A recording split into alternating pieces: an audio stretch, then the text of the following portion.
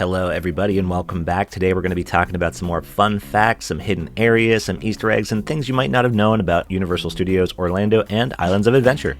Alright, let's start things off in the New York area at Universal Studios. You've probably walked up and down this area a million times, but what you might not know is that this has also served as the shooting location for many music videos. The most impressive of which being the My Sacrifice video by American rock band Creed. To make this video, they actually flooded the entire New York section of Universal Studios. They basically built a gigantic swimming pool by setting up barriers and blocking off storm drains, and filled it using water from the central lake at Universal Studios.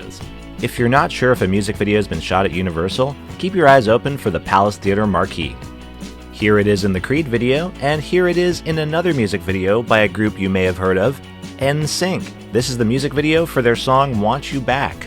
Another music video shot in this area that really comes as no surprise is the music video for Fruitcakes by Jimmy Buffett. Now I say this comes as no surprise because Jimmy Buffett has had a long-standing history with Universal. First of all, Jimmy Buffett's Margaritaville has two locations in both Universal Studios Hollywood and Universal Studios Orlando in the City Walk area. Secondly, Margaritaville is also featured in the 2015 film Jurassic World as one of the restaurants in the fictional theme park, with Jimmy Buffett himself making a cameo appearance as one of the guests running away from the Pteranodon attack carrying a pair of margaritas. Product placement at its finest.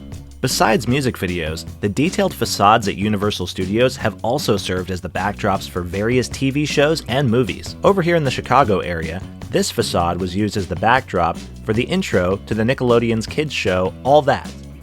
And if you look directly up from the Chicago manhole, you'll see the Eagle Warehouse and Storage Co. building with those same loading dock doors from the All That intro. Which also makes sense considering that Nickelodeon had their own live studio set at Universal Studios where they would film kids shows during the 90s. One film that does not try to hide the fact that it was shot at Universal Studios is 2015's Sharknado 3, with the majority of the film being set at the theme park itself. There's even a hilariously bad scene where Chris Jericho gets attacked by a shark on the Rip Ride rocket, starting a chain reaction of sequences that gets this guy stuck in the roller coaster seat, doing the double take non-inverted loop, and then flying off the track, sending the shark flying into a studio wall. Now, while we're talking about shark movies, let's go back to the shark movie that started them all, Jaws. As most people know, Jaws the Ride was a long-running attraction at Universal Orlando, which had a very impressive animatronic shark, which you would encounter during your boat tour in the waters surrounding Amity Island. The ride was permanently closed in 2012 to make way for Diagon Alley as part of the Wizarding World of Harry Potter, which opened in 2014. But despite the ride's closing, Jaws was not forgotten at Universal Studios. As I mentioned in my last video, there are a ton of Jaws Easter eggs in this area, like the actual shark jaws in the window of Mr. Mulpepper's apothecary. Outside of Diagon Alley, there's a record shop by King's Cross Station. If you take a look in this window, you're going to find a record titled Here's to Swimmin' with Bow-Legged Women by the Quint Trio. And this of course is a direct reference to the line that Quint makes during his toast in the film. Here's to swimming with bow-legged women.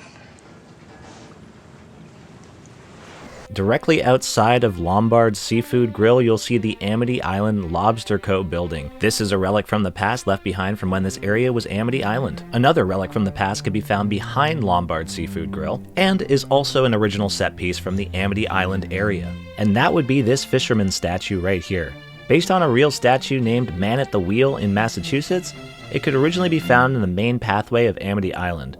When the land closed, the statue was moved to San Francisco on the back patio of Lombard's Landing, which I must say is a really wonderful hidden little area at Universal Studios where there's hardly ever any people. So if you want to get away from the crowds, go back, walk on these boardwalks. They're totally open to the public.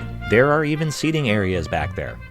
And while we're talking about Easter eggs, I gotta talk about something I recently discovered at the Fast and Furious Supercharged ride. So check this out. If you take the single rider line, you go through this side door that makes you feel like you're totally going through the wrong door and using like a path that only the employees are supposed to use. However, if you keep going down this hallway, you'll find this, which is a glass display containing a bunch of car keys. Now within this display, you'll find a number of Easter eggs, including a key that has a keychain that says Earthquake, the big one. And this is a reference to the original natural disaster simulator ride that the Fast and the Furious replaced, called Earthquake.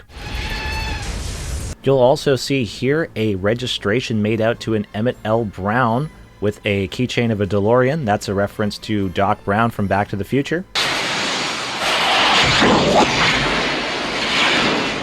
which also ties back to Universal Studios, as the Back to the Future ride was an original ride that closed in 2007 to make way for the Simpsons ride.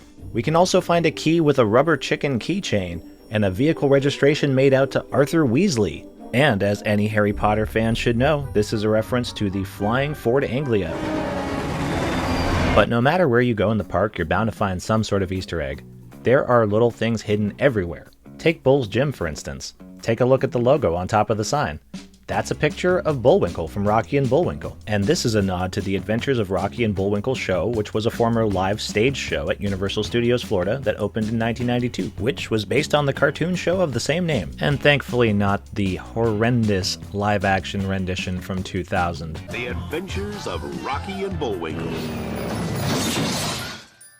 I'd like to use one of my lifelines, please. Now, here's an Easter egg that I found in the queue for Hagrid's Magical Creatures motorbike adventure, and I'm going to be honest with you, this one might be a bit of a stretch. It's in the final room of the queue where the motorbikes are riding above your head. I noticed this wall, where the chip paint was revealing the bricks in a shape that looked all too familiar. Is it just a figment of my imagination, or is this E.T. the Extraterrestrial? Let me know what you think about that in the comments, and thank you for watching. Remember to like and subscribe if you want more Universal-related content.